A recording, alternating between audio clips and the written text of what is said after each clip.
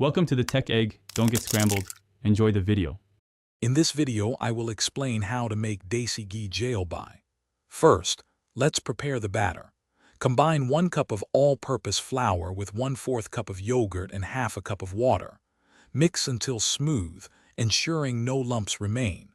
Cover the bowl and let it ferment for 8 to 12 hours in a warm spot. This fermentation is crucial for the jalebi's texture and flavor. Next, we'll prepare the sugar syrup. In a saucepan, combine 2 cups of sugar with 1 cup of water. Bring it to a boil, stirring until the sugar dissolves completely.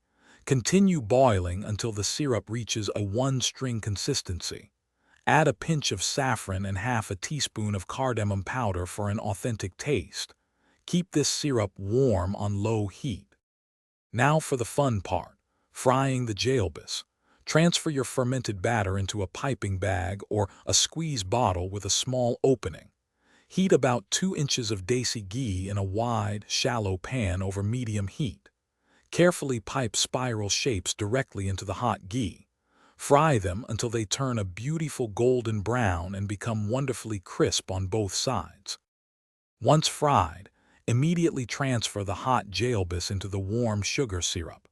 Let them soak for about 1 to 2 minutes, allowing them to fully absorb that delicious sweetness. Don't over-soak, or they might become too soft. Remove them from the syrup and serve your homemade Desi Ghee Jalebis warm. Enjoy this delightful, crispy, and syrupy treat. Thanks for watching. Consider subscribing if I helped unscramble your problems.